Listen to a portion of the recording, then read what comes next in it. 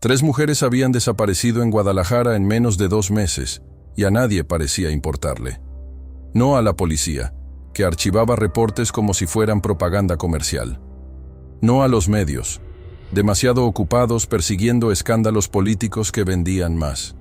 Solo a mí, sentada en mi diminuto departamento de Zapopan a las 2 de la madrugada, mirando rostros en la pantalla de mi laptop hasta que se grababan en mis retinas como cicatrices luminosas. Carolina Méndez, 24 años, mesera en un bar del centro, desaparecida el 3 de febrero. Valeria Soto, 22, hostess en un restaurante de Tlaquepaque, esfumada el 19 de febrero. Andrea Ruiz, 26, había trabajado en 4 restaurantes diferentes en 6 meses, vista por última vez el 2 de marzo. La policía las llamaba fugitivas, muchachas problemáticas con deudas que probablemente se fueron a Tijuana o a Estados Unidos buscando mejor vida. Caso cerrado, archivado, olvidado. Excepto que la madre de Carolina me mostró mensajes que su hija envió el día anterior a su desaparición. Mensajes normales, planes para el domingo, emoción por un departamento nuevo que finalmente había podido pagar. La compañera de cuarto de Valeria me habló de las pertenencias cuidadosamente organizadas que dejó atrás. Laptop, cargador de celular, la cámara vintage que Valeria trataba como si fuera su hijo. La prima de Andrea trabajó con ella en el último restaurante. Dijo que Andrea parecía nerviosa esos últimos días, pero no explicaba por qué. Estas no eran mujeres huyendo hacia algo mejor. Eran mujeres huyendo de algo terrible, o peor aún, mujeres que nunca tuvieron la oportunidad de huir. Llevaba 2 semanas trabajando esta historia, durmiendo 4 horas por noche, viviendo de café que sabía a goma quemada y determinación pura. Mi editor en El Occidental, Roberto Fuentes, me había conectado con un contacto en aduanas después de que le presenté el ángulo inicial. «Ten cuidado, Isabel», me dijo Roberto, reclinándose en su silla con esa expresión que ponía cuando una historia lo ponía nervioso. He conocido periodistas que investigaron al crimen organizado. Tiempo pasado. Conocido. La advertencia debió asustarme más de lo que lo hizo. El contacto de Roberto me dio manifiestos de envío y puntos ciegos en la vigilancia. Los patrones emergieron como constelaciones en datos dispersos. Las 3 mujeres trabajaban dentro de un radio de 3 kilómetros del Puerto Seco. Las 3 habían acumulado deudas. Préstamos estudiantiles, facturas médicas, tarjetas de crédito al límite por intentar sobrevivir en una ciudad que masticaba gente como ellas y escupía los huesos. Las 3 recibieron ofertas de trabajo en las semanas previas a desaparecer. Mejor pago, horarios flexibles, oportunidades demasiado buenas para rechazar. Rastreé sus últimas ubicaciones conocidas a través de videos de seguridad de negocios vecinos, entrevistas con compañeros de trabajo, transacciones con tarjeta que pintaban líneas temporales en compras y geografía. Cada rastro terminaba en el mismo punto. Una bodega abandonada en las afueras de Tlaquepaque, escondida entre instalaciones operativas como un diente podrido en una boca que todavía funcionaba. El martes por la noche, pasé frente a ella por primera vez. No me detuve, solo rodé lentamente en mi Honda golpeado, ventanas abajo a pesar del frío de marzo, cámara en mi regazo. El edificio se desmoronaba contra el cielo nocturno. Ventanas rotas y oscuras, grafiti trepando por las paredes como enredaderas. Nada se movía. Nada sugería que el lugar fuera algo más que infraestructura olvidada esperando demolición.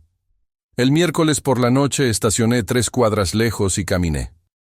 Me mantuve en las sombras, teléfono en silencio. Tomé fotos desde detrás de una cerca de alambre. A las 11:47, 2 camionetas SUV sin placas se detuvieron en una entrada lateral.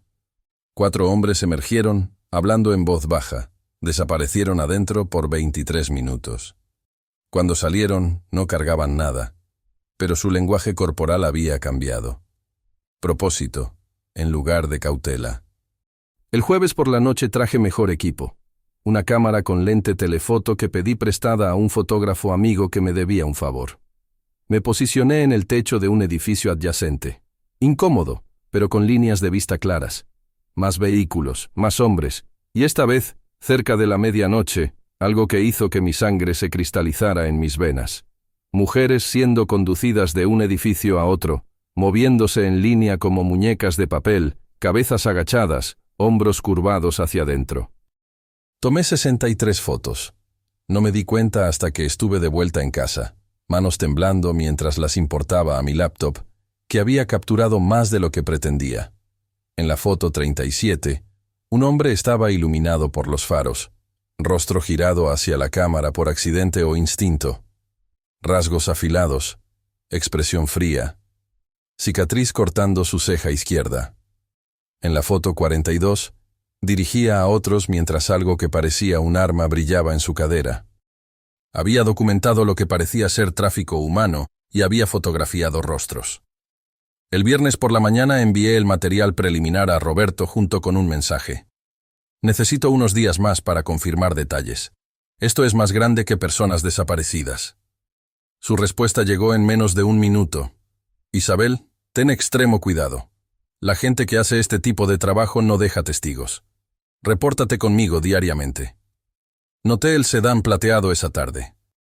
Estacionado frente a mi edificio cuando salí para mi turno en la cafetería donde trabajaba 3 días a la semana para complementar ingresos freelance. Todavía ahí cuando regresé a las 7. Podría haber sido coincidencia, probablemente lo era, excepto que estaba estacionado en el mismo lugar el sábado por la mañana. Ángulo diferente, pero mismo auto. Mismas ventanas polarizadas que me impedían ver quién estaba adentro. El instinto, afinado por 5 años de periodismo de investigación y 27 años de aprender a confiar en mi intuición, empezó a gritar. No lo fotografié, no lo confronté, solo anoté la marca y modelo. Nissan nuevo, bien mantenido, nada notable excepto su presencia persistente, y empecé a variar mis rutas, revisando sobre mi hombro, cerrando puertas que usualmente dejaba sin seguro. El lunes hice la conexión que había estado buscando. Andrea Ruiz no era solo una estadística en mi patrón de personas desaparecidas. Era prima segunda de Carolina Méndez. Habían trabajado juntas en el bar del centro antes de que Carolina desapareciera. Andrea se había transferido a 4 restaurantes diferentes desde entonces, nunca quedándose más de 6 semanas. Estaba huyendo, y todavía estaba viva. La encontré a través del chisme de restaurantes, esa red informal de meseros y bartenders que siempre sabían quién estaba contratando y quién renunciando, y quién tenía drama digno de discutir. Andrea Ruiz actualmente trabajaba en Casa Lucía, un establecimiento elegante que atendía a profesionales de negocios y gente con cuentas de gastos. El martes por la tarde llamé al restaurante. Pregunté por Andrea por nombre. Cuando vino al teléfono, su voz era cautelosa, sospechosa de extraños que conocían su horario. Mi nombre es Isabel Mora. Soy periodista investigando las desapariciones de Carolina Méndez y Valeria Soto. Sé que eras cercana a Carolina. Creo que podrías estar en peligro.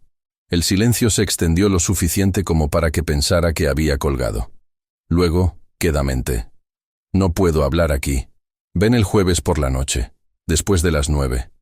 Te veré en el comedor trasero. Andrea, el jueves es... Eso es todo lo que puedo hacer. La línea murió. Debí sentir alivio, progreso, una testigo dispuesta a hablar. En cambio, el pavor se instaló en mi estómago como piedras tragadas. El jueves por la noche conduje a Casa Lucía, a través de calles resbalosas por precipitación temprana.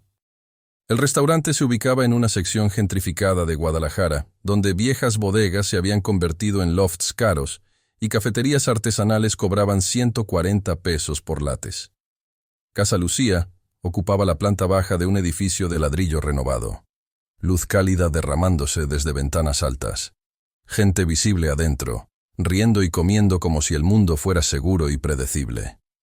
Estacioné 2 cuadras lejos. Revisé mis alrededores 3 veces antes de cerrar el auto con seguro. El sedán plateado no era visible, pero eso no significaba que no estuviera ahí. Adentro, Casa Lucía era elegante, sin ser pretencioso. Madera oscura, iluminación suave, el olor a ajo, y vino y pan fresco. Una hostess me recibió con calidez profesional. Pedí una mesa en la parte trasera. Me condujo a través del área principal a una sección más tranquila con solo 4 mesas, actualmente vacía excepto por mi presencia. Tu mesera estará contigo enseguida, dijo, dejándome con un menú que apenas vi. Pedí café cuando la mesera apareció. Nada más. Mi estómago estaba demasiado apretado para comida. A las 8:53, Andrea emergió del área de cocina. La reconocí por la foto que su prima me había dado. Cabello oscuro rizado recogido atrás.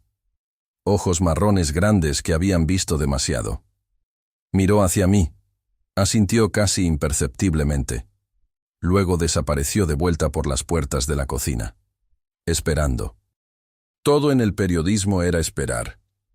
A las 9:12, 2 hombres entraron al restaurante. Se movían diferente a los otros comensales, escaneando en lugar de mirar, evaluando en lugar de admirar. Pidieron una mesa cerca de la entrada, posicionándose con vistas claras a las salidas. Uno de ellos tenía una cicatriz a través de su ceja izquierda. Foto 37. El ejecutor de la bodega. Aquí ahora.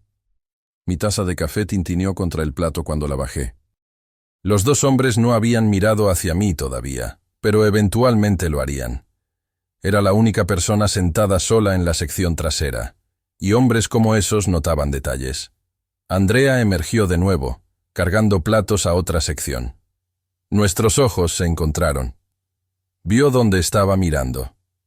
El miedo lavó su rostro como agua. Necesitaba irme. Necesitaba salir antes de que me conectaran con las fotos, con la investigación, con el hecho de que sabía lo que eran. Pero el baño estaba pasando su mesa. La entrada de cocina requería caminar directamente frente a ellos. La única salida estaba bloqueada. Mi teléfono estaba en mi bolso. Podía llamar al 911. ¿Decir qué? ¿Que hombres intimidantes estaban cenando? ¿Que tenía fotos de posible actividad criminal pero no las había reportado aún porque quería una historia completa primero? Andrea apareció en mi mesa tan repentinamente que salté. Sus manos temblaban mientras colocaba un vaso de agua que no había pedido frente a mí. Se inclinó cerca, voz apenas audible. Han estado preguntando por alguien que coincide con tu descripción. Alguien que estuvo fotografiando el área del puerto la semana pasada. Necesitas irte ahora. No puedo. Están entre yo y la puerta. Entonces miró alrededor desesperadamente. No sé qué hacer. Yo tampoco. Por primera vez en mi carrera, no tenía plan, no tenía respaldo, no tenía forma ingeniosa de salir, solo pánico creciente y la certeza de que había cometido un error crítico de juicio al venir aquí. Tomé una servilleta del dispensador, manos moviéndose antes de que mi cerebro procesara completamente la decisión. Saqué la pluma de mi chamarra, la que siempre cargaba porque los periodistas nunca sabían cuándo necesitarían tomar notas, y escribí 4 letras en mayúsculas de imprenta. Ayuda.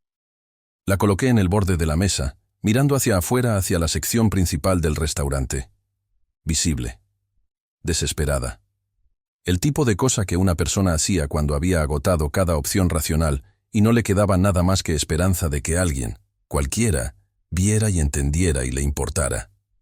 Andrea la miró fijamente. ¿Qué estás? Vete ahora antes de que te conecten conmigo. Mantuve mi voz estable a pesar del terror arañando mi garganta. 10:30, calle Grove, 3 cuadras al norte. Si no estoy ahí, llama a la policía y diles todo lo que sabes. Abrió su boca para discutir, lo pensó mejor, y huyó hacia la cocina con el tipo de velocidad que hubiera sido poco profesional bajo cualquier otra circunstancia. Los 2 hombres estaban de pie ahora. Todavía no caminaban hacia mí, pero posicionados como si estuvieran a punto de hacerlo. El de la cicatriz dijo algo a su compañero. El hombre más bajo asintió y empezó a moverse hacia el corredor del baño, cortando mi única ruta de escape potencial restante. Este era el momento donde mi investigación terminaba, donde me convertía en otra estadística. Otra mujer desaparecida cuya familia pasaría años buscando respuestas que nunca llegarían. Excepto que alguien estaba mirando. Mesa 12. 4 hombres en trajes caros, del tipo de ropa cuidadosamente confeccionada que sugería riqueza y poder. No les había prestado atención antes, demasiado enfocada en mi propia supervivencia para notar a otros comensales. Pero ahora vi la forma en que se sentaban, alertas, conscientes, posicionados con el mismo espaciamiento profesional que los ejecutores del cartel. Y el hombre en la cabecera de su mesa no estaba mirando a sus compañeros o su bebida o el menú. Me estaba mirando a mí. Cabello oscuro peinado hacia atrás, desde un rostro que era todo ángulos afilados e intensidad controlada. Incluso desde esta distancia, podía ver sus ojos rastreando mi expresión, la servilleta en mi mesa, los dos hombres ahora moviéndose con claro propósito hacia mi ubicación. Vio el mensaje, vio la amenaza. Procesó la situación en el lapso de 3 segundos. Luego hizo un gesto tan sutil que casi lo perdí, solo un ligero movimiento de su mano. Pero sus compañeros reaccionaron inmediatamente, posiciones cambiando con coordinación practicada. 2 de ellos se pararon y se reubicaron con aparente casualidad, excepto que sus nuevas posiciones los colocaban directamente entre yo y los ejecutores que se aproximaban. El hombre de la mesa 12 se puso de pie. Se movió con la confianza tranquila de alguien que nunca había tenido miedo de nada en su vida. Cruzó la distancia a mi mesa en zancadas suaves que devoraban espacio sin parecer apresuradas. Se sentó frente a mí sin pedir permiso, extendió la mano a través de la mesa, recogió la servilleta con mi súplica desesperada escrita en ella y la dobló con calma antes de colocarla en el bolsillo de su saco. «Estás teniendo una noche difícil», dijo. Su voz era baja, controlada, con un acento que no podía identificar del todo. No del todo mexicano, algo mediterráneo sangrando a pesar del claro español. Sus ojos sostuvieron los míos con una intensidad que hacía difícil respirar. «Voy a ayudarte, pero necesitas hacer exactamente lo que te diga. ¿Entiendes?» Asentí porque las palabras me habían abandonado por completo. «¿Cómo te llamas?» «Isabel». Salió apenas por encima de un susurro. «Isabel Mora». «Isabel». Lo repitió como si estuviera probando el peso de ello. «Soy Gabriel». Esos hombres que actualmente están reconsiderando su aproximación, ¿sabes por qué están interesados en ti? Soy periodista. He estado investigando desapariciones. Tomé fotos cerca del puerto. Creo que los fotografié sin darme cuenta. Su expresión no cambió, pero algo parpadeó detrás de sus ojos. Reconocimiento, comprensión, o quizás cálculo. ¿Y ahora te han encontrado? Sí. Gabriel miró hacia los 2 ejecutores que habían detenido su avance, y ahora estaban involucrados en lo que parecía una conversación tensa con los hombres de Gabriel. Van a irse ahora, pero esto no ha terminado. Saben dónde vives, dónde trabajas, con todos los que has hablado. ¿Entiendes eso? Sí. La realidad de ello me golpeó como agua fría. Sí. Entonces vienes conmigo. No una petición, no una sugerencia. Esos hombres responden a gente que no dudará en hacerte desaparecer. Y actualmente están decidiendo si causar una escena en un restaurante público o esperar un momento más oportuno. Se puso de pie. Colocó una mano en mi hombro. Firme. Posesiva. Una señal clara para todos los que miraban. Toma tus cosas. Saldremos por la entrada principal. Quédate cerca de mí. Mi cuerpo se movió en piloto automático. Tomé mi teléfono, mis llaves, mi chamarra. Me paré sobre piernas que se sentían desconectadas de mi cerebro. Gabriel mantuvo su mano en mi hombro, guiándome hacia la entrada como si estuviéramos juntos, como si esto fuera normal, como si no acabara de escribir una súplica de ayuda porque pensé que iba a morir. Los 2 ejecutores nos vieron acercarnos. La mano del de la cicatriz desapareció dentro de su saco. Los hombres de Gabriel se posicionaron estratégicamente, bloqueando cualquier confrontación potencial. Por 5 segundos, la tensión fue tan espesa que podía saborearla. Metálica, afilada, peligrosa. Entonces la mano del de la cicatriz emergió vacía. Asintió una vez, un gesto que de alguna manera transmitía tanto retirada como promesa de confrontación futura. Él y su compañero salieron por la puerta principal antes que nosotros, desapareciendo en la noche empapada de lluvia. Gabriel me guió afuera segundos después. La lluvia se había intensificado en un aguacero que inmediatamente empapó mi chamarra. Una SUV negra con ventanas polarizadas esperaba en la acera, motor encendido, conductor visible a través de la tormenta. Gabriel abrió la puerta trasera y me maniobró adentro antes de seguir. La puerta cerró con un golpe sólido, que se sintió imposiblemente final. «Maneja», le dijo al asiento delantero. «San Pedro, la ubicación segura».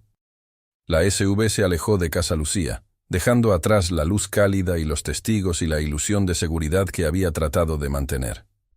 Finalmente encontré mi voz. «¿Quién eres?». Gabriel me miró con una expresión que no era exactamente simpática, pero tampoco fría. Algo intermedio. Alguien que acaba de crear muchas complicaciones para sí mismo al interferir en asuntos del cartel. Pero podemos discutir eso cuando estés en algún lugar donde no puedan alcanzarte. Hizo una pausa. «Aunque supongo que mereces honestidad.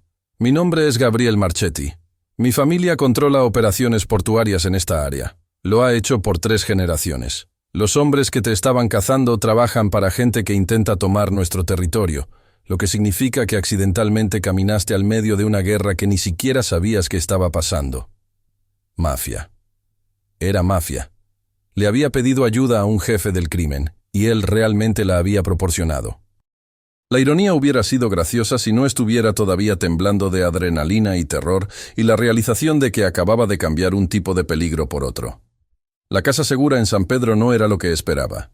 No es que supiera qué esperar de un escondite mafioso, pero esto se sentía menos como prisión y más como una suite de hotel cara que alguien había fortificado contra invasión.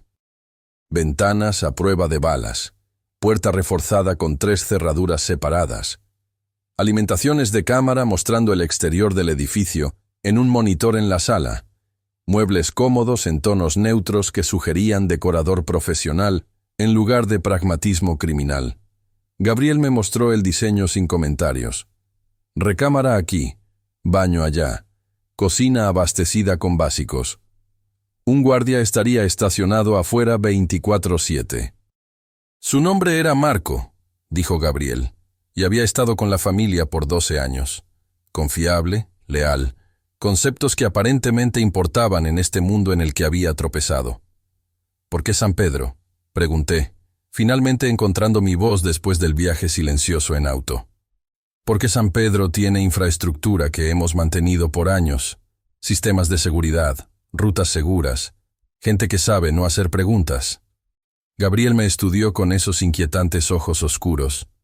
Estarás cómoda aquí. Más importante, estarás viva. Se fue antes de que pudiera procesar si eso era tranquilización o amenaza. Sola en el departamento, me encerré en el baño y vomité. Choque de adrenalina. Terror alcanzándome velatadamente.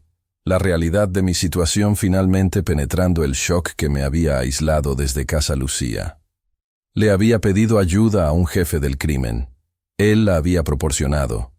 Y ahora estaba en su casa segura, bajo su protección, lo que significaba bajo su control.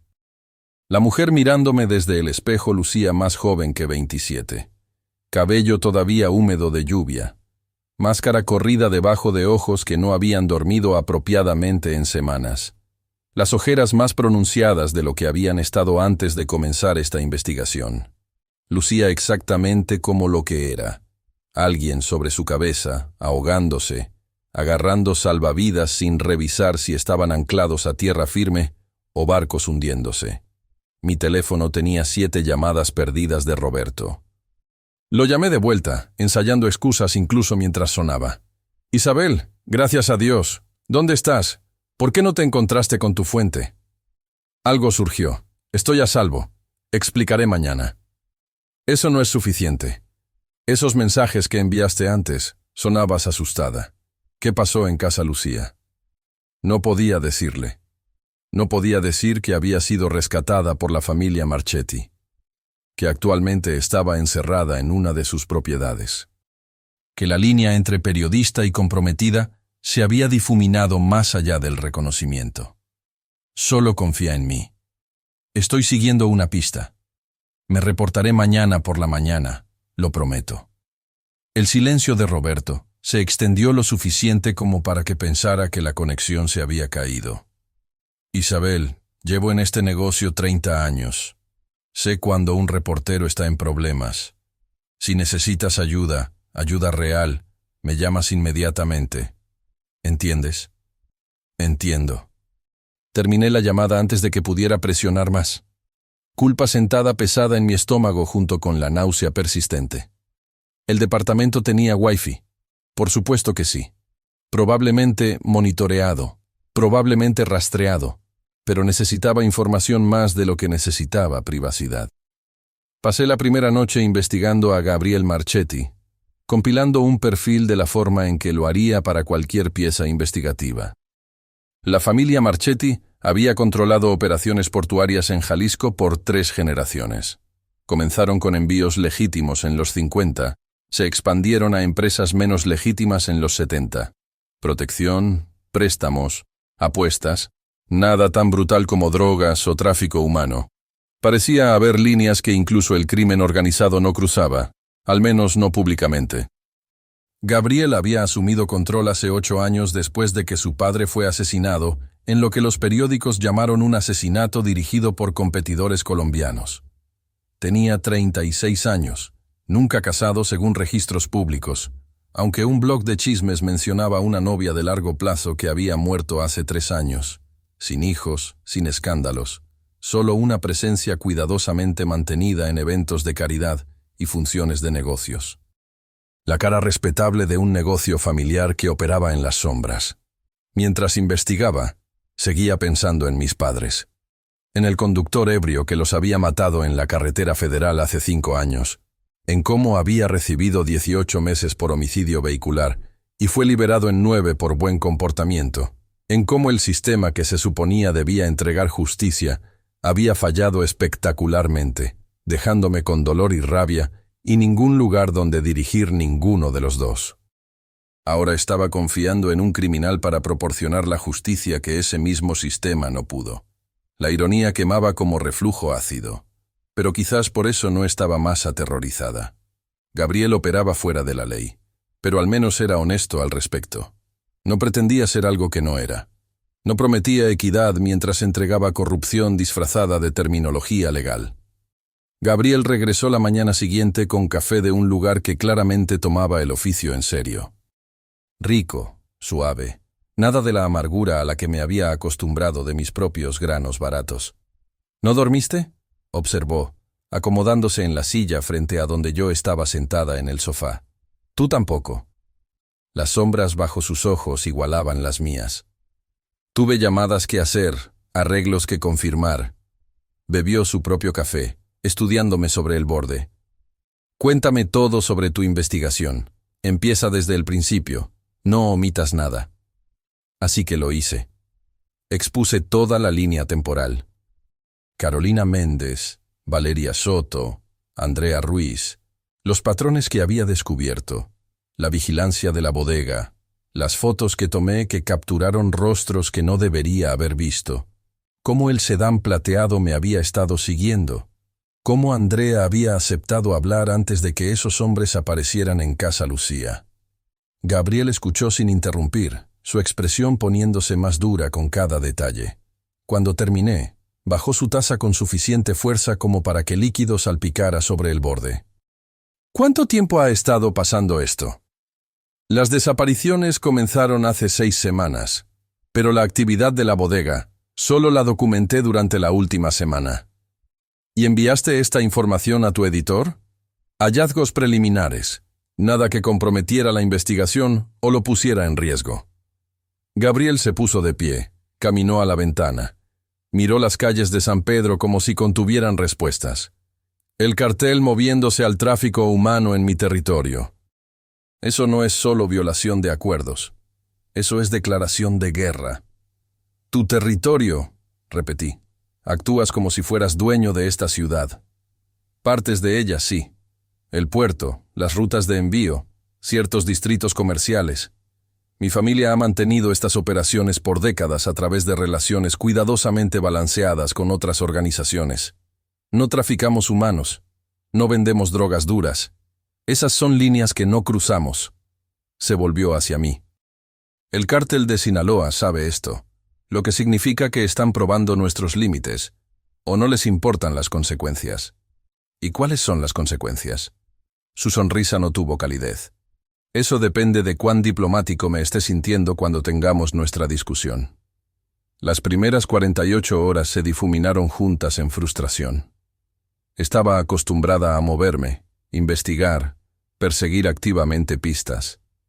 Estar confinada se sentía como sofocación a pesar del espacio del departamento.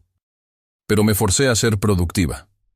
Organicé mi evidencia existente en líneas temporales coherentes, crucé referencias de declaraciones de testigos, construí un marco para la historia que eventualmente publicaría. Gabriel visitaba 2 veces al día, siempre trayendo comida demasiado buena como para que la hubiera pedido yo misma.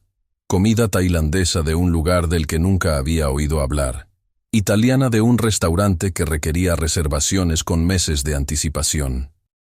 Nunca se quedaba mucho tiempo, solo verificaba que tuviera lo que necesitaba, y se iba.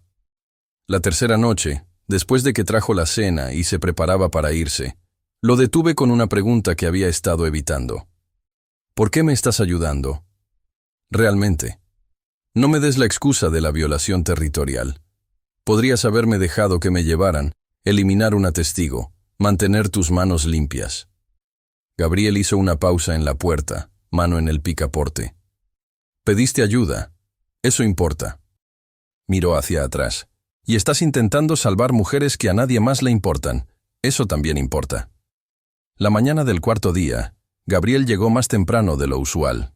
Sin café esta vez, solo energía urgente que llenó el departamento como ozono antes del relámpago.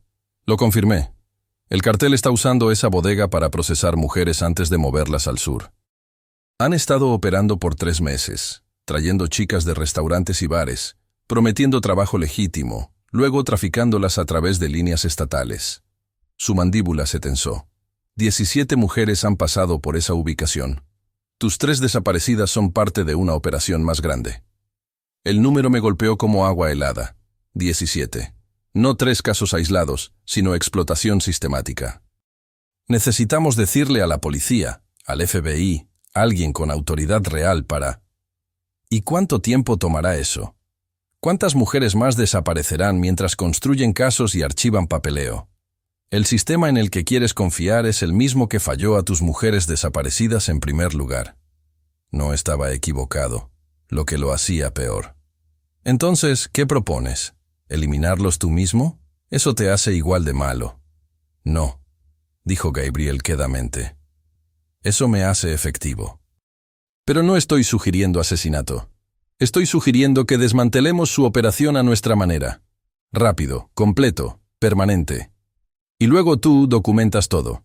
Publicas la historia que fuerza investigaciones oficiales.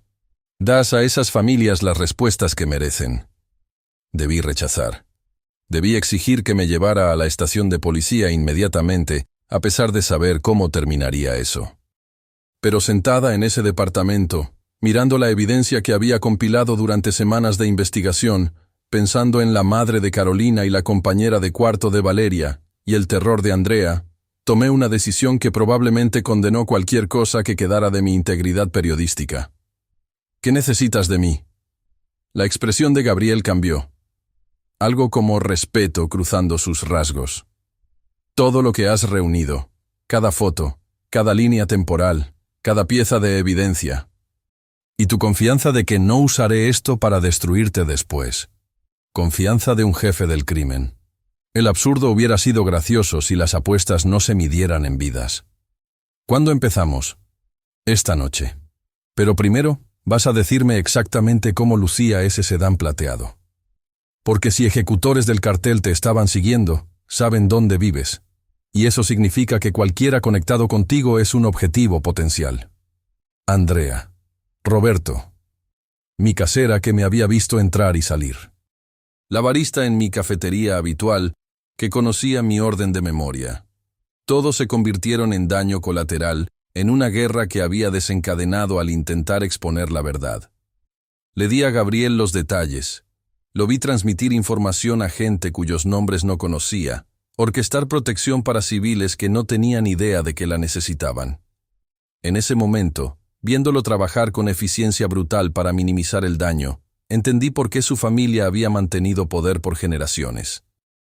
No era solo violencia e intimidación, era esto, el cálculo cuidadoso de riesgo, el despliegue estratégico de recursos, el pragmatismo frío que lograba en horas lo que la burocracia tomaría meses en fallar.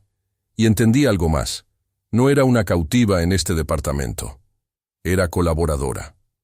La distinción importaba, incluso si las consecuencias serían idénticas. Las siguientes 2 semanas reconfiguraron mi comprensión del periodismo de investigación. Gabriel no solo tenía fuentes, tenía infraestructura, gente incrustada en aduanas, en compañías de envío. En 3 días había confirmado que la operación de la bodega había estado activa por 3 meses. 17 mujeres procesadas a través de esa ubicación. La mayoría movida a sitios secundarios en Texas y Arizona antes de desaparecer completamente en redes de tráfico.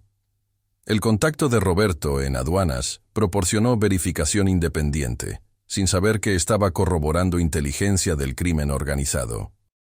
Pasé días de 12 horas cruzando referencias de manifiestos de envío con video de vigilancia que la gente de Gabriel había adquirido a través de métodos que deliberadamente no pregunté. Construyendo líneas temporales, mapeando rutas, creando documentación que podría sobrevivir escrutinio legal. Andrea Ruiz llamó el 6º día.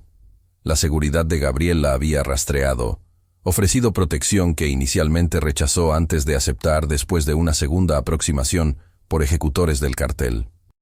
Estaba asustada, pero dispuesta a hablar finalmente. Debía haber hablado cuando Carolina desapareció. La voz de Andrea se quebró a través de la línea telefónica. Pero estaba aterrorizada de que vinieran por mí después. Después de que rechacé su oferta de trabajo, 2 otras chicas de Casa Lucía aceptaron. María Hernández y Sofía Grant. Ambas desaparecieron la semana pasada. 2 nombres más para mi lista creciente. 2 familias más esperando respuestas. No podías haberlo sabido, le dije, aunque las palabras se sintieron inadecuadas. Sabía suficiente, exhaló temblorosamente. Al menos sé que estás intentando detenerlos ahora. Gabriel arregló que Andrea fuera reubicada a la red de protección de su familia. En algún lugar de Michoacán, dijo, con gente que le debía favores. Estaría segura hasta que esto se resolviera. El trabajo consumía horas de luz, pero las noches trajeron desafíos diferentes.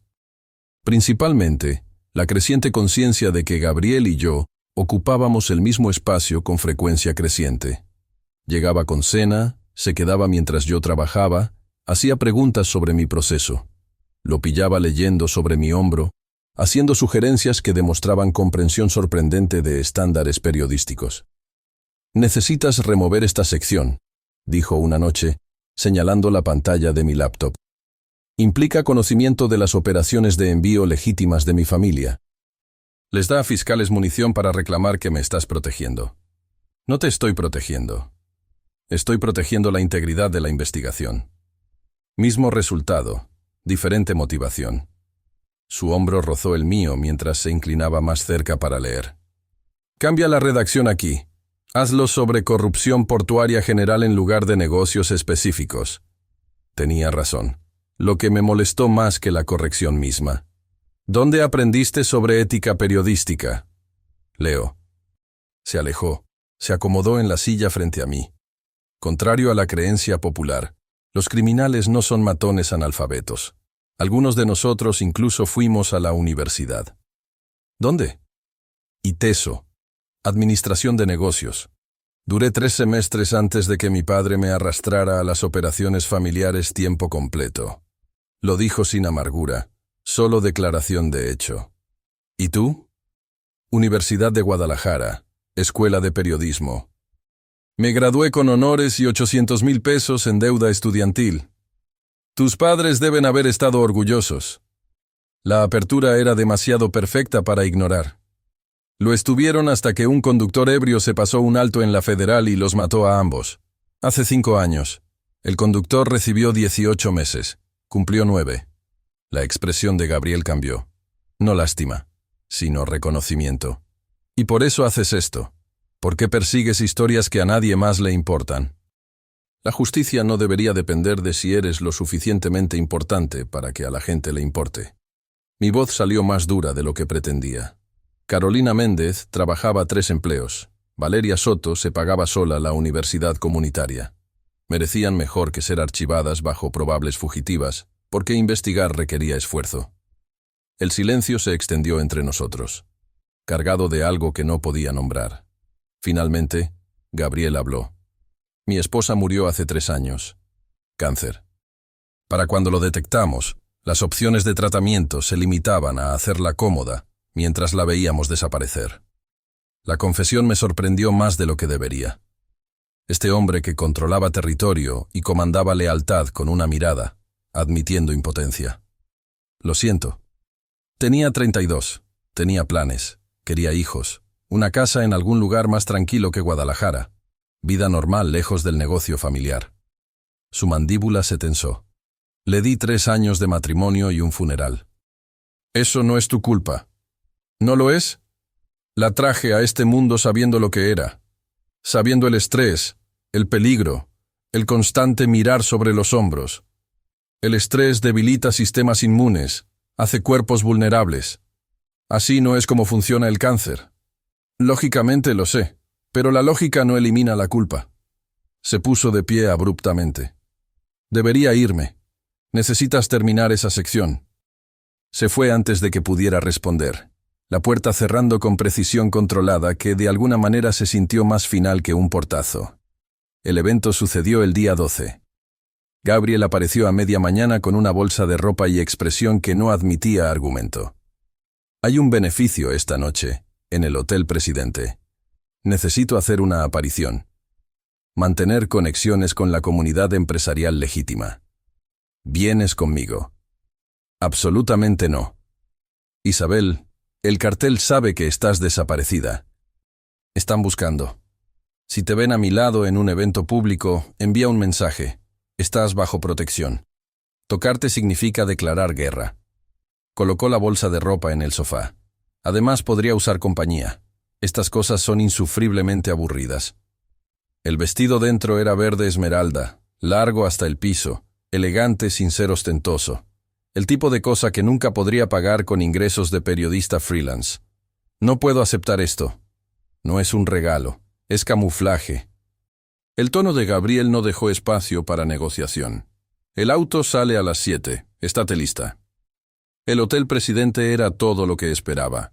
Candelabros de cristal, pisos de mármol, gente cuyas joyas probablemente costaban más que mi ingreso anual.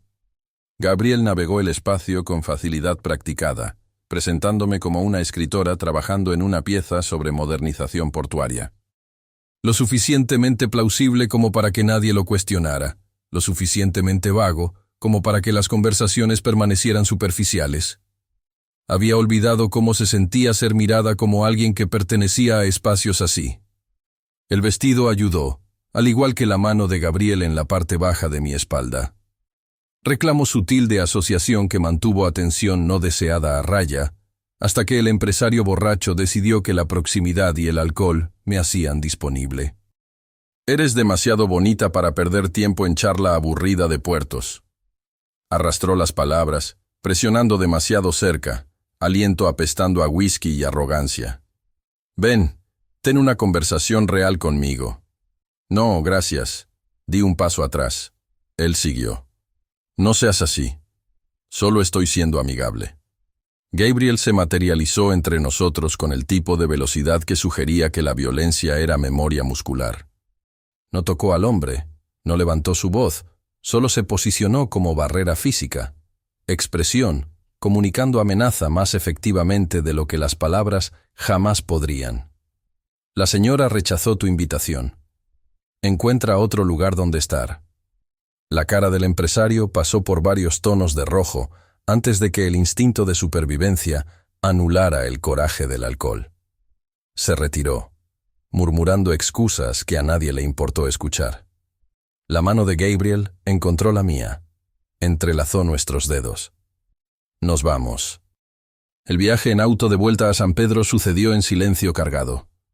Miré por la ventana, viendo luces de la ciudad pasar difuminadas, hiperconsciente de Gabriel a mi lado, su proximidad, el calor radiando de su cuerpo en el espacio cerrado, la forma en que su mandíbula permanecía tensa, tensión rodando de él en olas.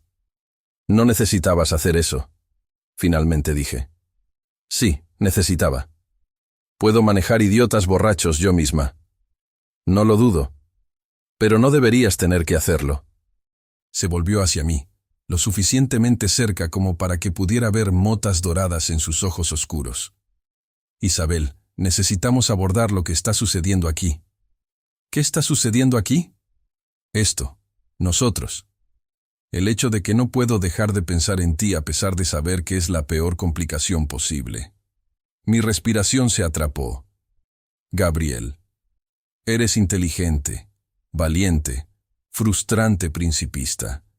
Me desafías. Me haces querer cosas que me convencí de que había renunciado. Su mano subió, yemas de dedos rozando mi mejilla con gentileza inesperada. Pero mi mundo es peligroso. La gente cercana a mí se convierte en objetivos. Ya perdí a alguien que me importaba. No puedo. Lo besé antes de que pudiera terminar la oración. Cerré la distancia entre nosotros y presioné mi boca contra la suya, tragando cualquier excusa que estuviera construyendo. Por 2 segundos, se congeló. Entonces, algo en él se rompió. Su mano se enredó en mi cabello, jalándome más cerca mientras me devolvía el beso con intensidad que robó mi aliento. El conductor aclaró su garganta. Habíamos llegado al departamento de San Pedro, esperando en el estacionamiento subterráneo. Gabriel se alejó respirando con dificultad, frente descansando contra la mía. Esta es una idea terrible. Probablemente. No soy bueno para ti. Esa es mi decisión de tomar. Me besó de nuevo, más suave esta vez, antes de que la puerta del auto se abriera y la realidad se reafirmara. Llegamos al departamento sin hablar, tensión chisporroteando entre nosotros con cada paso. Adentro, el pensamiento racional se evaporó. La chaqueta de Gabriel golpeó el piso. Mi vestido siguió. Nos movimos de desesperado a tierno y de vuelta otra vez, explorando esta cosa que ninguno de nosotros había planeado, pero ambos queríamos a pesar de la imposibilidad. Más tarde, acostada en la oscuridad con su respiración emparejándose a mi lado, pensé en todas las formas en que esto complicaría todo. Cómo violaba cada límite profesional que había mantenido. Cómo amar a un criminal me hacía cómplice de formas que me seguirían para siempre. Pero no me arrepentía. No entonces, quizás nunca. La mañana llegó con el café de Gabriel y una revelación para la que no estaba preparada. Colocó la taza frente a mí, expresión cuidadosamente neutral de una forma que inmediatamente disparó campanas de alarma.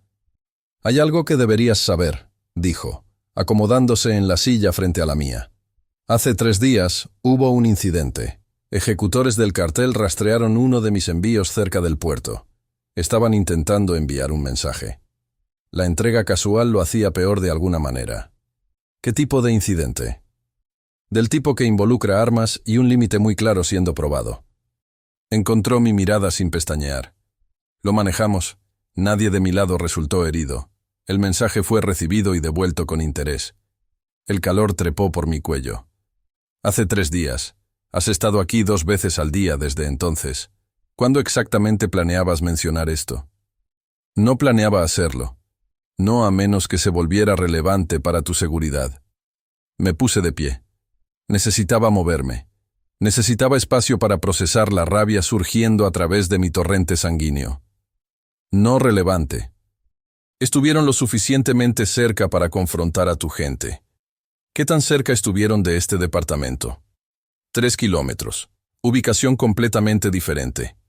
3 kilómetros en Guadalajara no es nada». Mi voz se elevó a pesar de los esfuerzos por controlarla.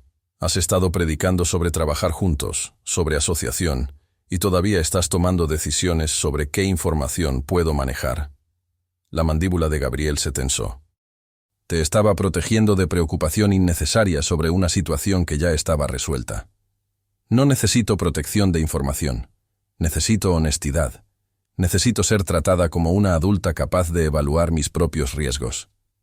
Caminé el pequeño espacio entre sala y cocina. ¿Sabes qué es esto? Esto es exactamente el tipo de comportamiento controlador que hace a la gente indefensa. Crees que estás siendo noble, manteniéndome segura al mantenerme ignorante. Pero todo lo que estás haciendo es asegurar que no pueda tomar decisiones informadas. ¿Quieres decisiones informadas? Su tono se afiló. Bien. Decisión informada. Actualmente hay 6 ejecutores conocidos del cartel buscándote activamente. Tienen tu descripción, tu placa y están monitoreando asociados conocidos. Roberto Fuentes fue abordado ayer por alguien que afirmaba ser repartidor. Tu casera en Zapopan fue preguntada si habías recogido correo recientemente. Tu cafetería habitual tuvo un cliente que pasó 3 horas mirando la puerta. Esta es la realidad de la que intento protegerte de experimentar cada momento de vigilia. Los detalles aterrizaron como golpes físicos. Roberto. Mi casera. La barista que conocía mi orden y siempre preguntaba por mi día. Debiste habérmelo dicho, dije, más tranquila ahora pero no menos firme.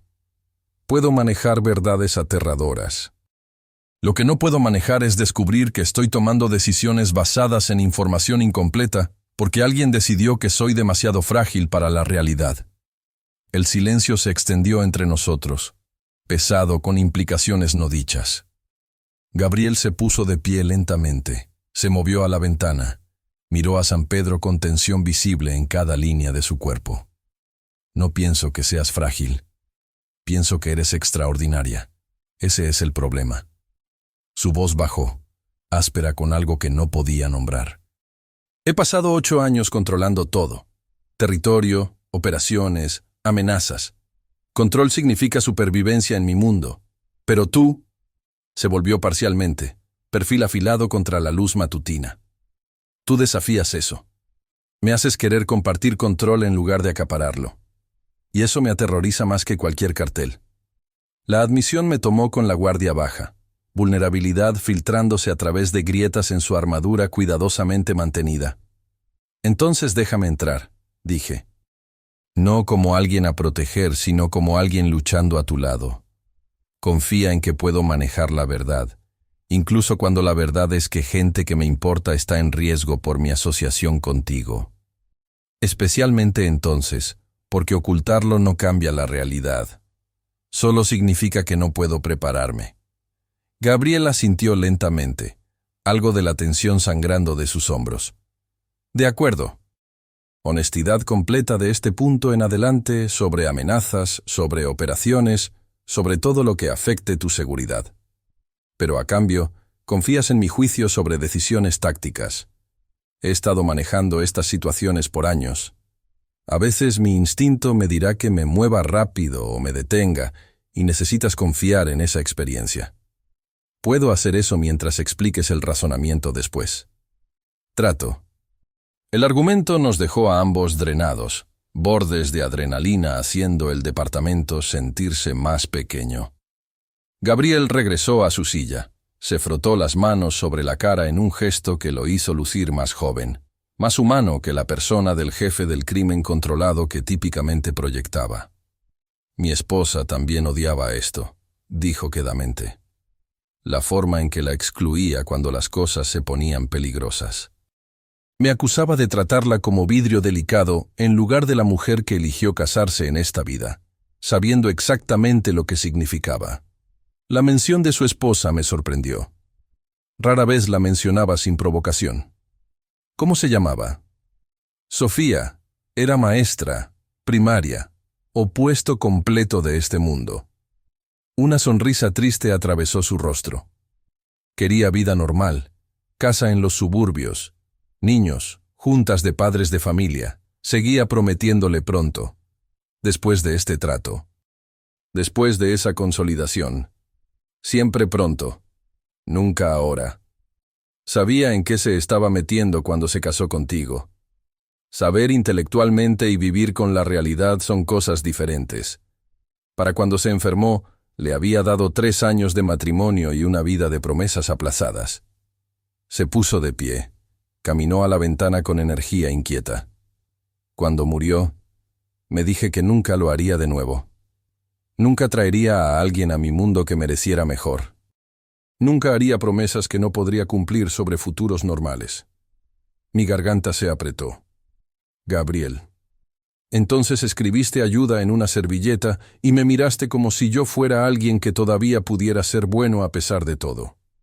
Se volvió, ojos sosteniendo los míos con intensidad que hacía difícil respirar.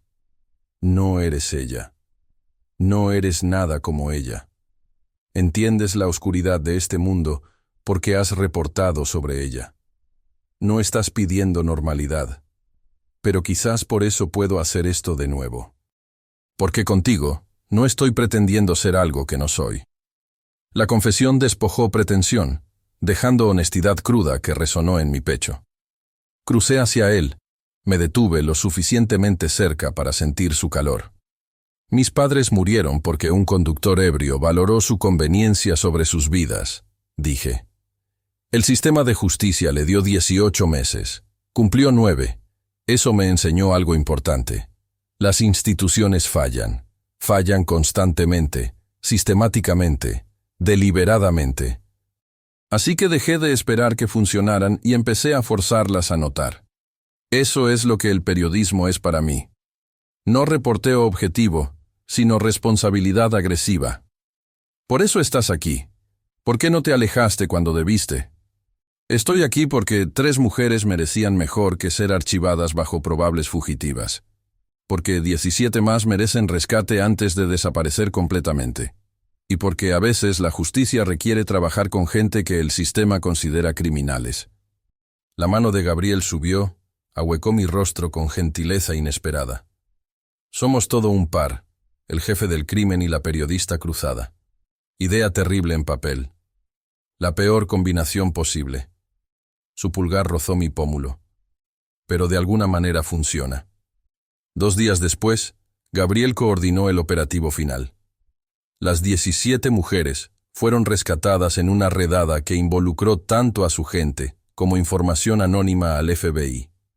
Carolina y Valeria estaban vivas. Andrea también. Una había muerto semanas antes intentando escapar. Publiqué la historia completa. Ganó premios que dejé de contar. 3 líderes del cartel desaparecieron esa misma noche. Mensajes claros enviados a quien quedara. Jalisco pertenecía a los Marchetti, y el tráfico humano nunca sería tolerado.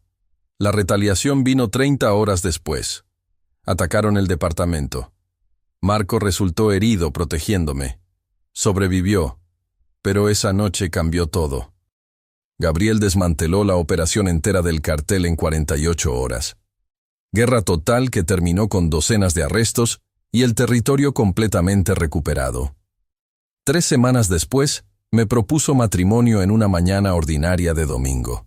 Sin anillo, sin discurso preparado, solo. Cásate conmigo. Dije que sí. Nos casamos 2 semanas después en su casa. Ceremonia pequeña, testigos que importaban, votos honestos sobre desafíos que enfrentaríamos, promesas que podíamos mantener. Cuando el juez nos declaró casados, Gabriel me besó, como si este momento hubiera reescrito futuros que habían parecido imposibles. 6 meses después, seguía escribiendo. Historias sobre injusticia que no involucraban crimen organizado. Ganando premios, manteniendo integridad, construyendo reputación impecable. Y cada noche regresaba a casa con Gabriel, a esta vida imposible que habíamos elegido juntos. Algunas historias no tienen finales limpios. Algunas involucran vivir diariamente en espacios entre lo correcto y lo incorrecto, justicia y compromiso, amor y complicaciones. Esta era la mía. Y tomaría esa decisión de nuevo cada mañana. Si conoces a alguien que necesite escuchar una historia sobre el precio de buscar justicia, sobre cómo el amor aparece en los lugares más inesperados, compártela con esa persona. Porque a veces las verdades más importantes llegan envueltas en las historias más complicadas. Y si esta historia te hizo reflexionar sobre el precio que pagamos por nuestras decisiones, sobre las líneas que cruzamos cuando los sistemas fallan, déjame tu comentario y suscríbete a El Precio del Poder para más relatos como este. Porque al final, todos pagamos un precio por el poder que elegimos tener, por la justicia que decidimos perseguir, y por el amor que nos atrevemos a reclamar. Esta es la esencia de El Precio del Poder. Historias que nos recuerdan que toda decisión tiene consecuencias, que toda elección deja marcas, y que a veces, el precio más alto que pagamos es por las cosas que más valen la pena. Todo poder tiene un precio. Y yo pagué el mío con los ojos abiertos, el corazón completo, y sin un solo arrepentimiento.